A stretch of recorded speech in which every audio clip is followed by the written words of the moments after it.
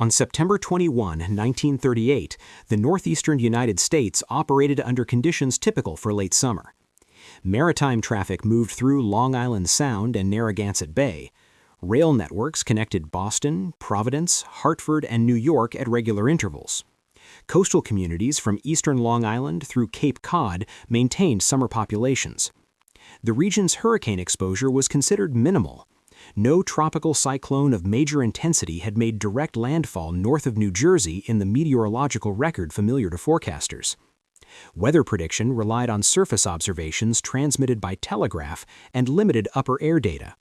Hurricane tracking depended on ship reports and coastal station readings. The northeastern coastal corridor in 1938 contained concentrated populations in Providence, Hartford, New Haven, and suburban areas of Long Island and Connecticut. Downtown districts sat at elevations between 10 and 40 feet above sea level. Waterfront infrastructure included rail terminals, power stations, and industrial facilities built without storm surge design parameters. Coastal highways followed shorelines at grade level. Bridge crossings over tidal rivers operated without vertical clearance for extreme water rise. Forest cover in interior New England consisted largely of old-growth timber and second-growth stands vulnerable to wind throw. Building codes addressed snow load and nor'easter conditions, but not sustained hurricane-force winds. A tropical disturbance organized east of the Bahamas on September 16, 1938. The system intensified to hurricane strength on September 18 while tracking northwest. Surface pressure dropped to 940 millibars by September 19. On September 20, the hurricane turned north-northeast and accelerated. Forward motion increased from 15 miles per hour to over 50 miles per hour. This velocity exceeded typical Atlantic hurricane movement by a factor of 3. The acceleration occurred as the system interacted with an approaching mid-latitude trough. Wind speeds at the storm's center reached sustained velocities consistent with Category 3 classification on the later developed Saffir-Simpson scale. The United States Weather Bureau tracked the hurricane using reports from ships at sea and Caribbean stations. Forecast models assumed continued northwest movement toward Florida or the Carolinas. On the morning of September 21, advisory bulletins placed the storm's center approximately 100 miles east of Cape Hatteras, moving north. No hurricane warnings were issued for areas north of Atlantic City. The Washington Forecast Office expected the system to move out to sea before reaching Long Island. Coastal communities in New England received no advance notification of landfall timing or intensity.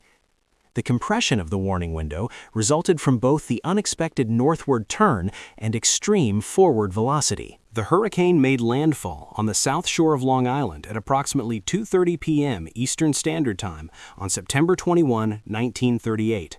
The center crossed the island near Bellport and entered Long Island Sound at 3 p.m. Forward speed at landfall measured between 55 and 60 miles per hour. This velocity placed the eye over Hartford, Connecticut by 5 p.m. and central Vermont by 7 p.m. The rapid translation extended hurricane-force winds across the entire coastal zone within a 3-hour period. Peak sustained winds at landfall reached 115 to 120 miles per hour with higher gusts. The wind field diameter exceeded 500 miles, producing gale-force conditions from New Jersey to Maine. Storm surge reached maximum heights between 12 and 18 feet along the Rhode Island and Connecticut coasts. The surge arrived during astronomical high tide, adding approximately 2.5 feet to total water elevation. Narragansett Bay experienced amplification effects that drove water levels to 15.8 feet above mean low water in Providence. Long Island Sound surge inundated coastal Connecticut towns at depths of 8 to 12 feet. The combination of high forward speed and landfall timing concentrated surge energy into a narrow coastal band. Barrier beaches on the south shore of Long Island were overtopped and breached.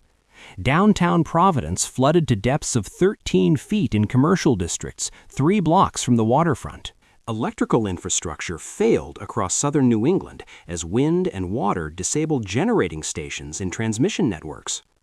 The Hartford Electric Light Company system collapsed when floodwaters entered substations. Telephone and telegraph lines were severed by falling trees and structural debris. The New York, New Haven, and Hartford Railroad suspended operations when storm surge flooded tracks and damaged signal systems. Rail bridges across the Connecticut River were blocked by debris accumulation. Communication between New York and Boston was interrupted for 24 hours. Power restoration in Providence required removal of floodwater from underground conduit systems and replacement of transformers damaged by saltwater intrusion. Inland wind damage extended across Connecticut, Massachusetts, Vermont, and New Hampshire. Sustained winds of 80 to 100 miles per hour toppled an estimated 2 billion board feet of timber. Entire forest stands were leveled in uniform directional patterns. In urban areas, church steeples, factory chimneys, and unreinforced masonry structures collapsed. Wooden frame buildings lost roofs and exterior walls. The Blue Hill Observatory near Boston recorded a sustained wind of 121 miles per hour and a peak gust of 186 miles per hour. Tree fall blocked highways and rail lines throughout the interior. The combination of saturated soil from prior rainfall and extreme wind velocities caused root failure in trees that had withstood previous storms. Debris removal in affected areas required deployment of Civilian Conservation Corps units and National Guard personnel. Clearing of fallen timber from highways in Massachusetts and Connecticut continued for 3 months. Rail service restoration prioritized main lines connecting Boston and New York, with full operations resuming within 2 weeks. Power companies restored electrical service to urban centers within 5 to 7 days, but required extended periods to rebuild rural distribution networks. Reconstruction of damaged buildings and infrastructure extended through 1939.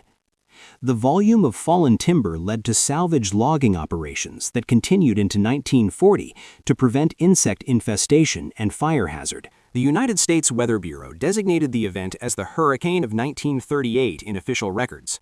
Subsequent meteorological analysis classified the system as a Category 3 hurricane at landfall based on wind speed measurements and barometric pressure readings. The storm established benchmarks for hurricane wind and surge impact in the northeastern United States. Post-event investigations led to expansion of hurricane warning coordination and implementation of coastal observation networks.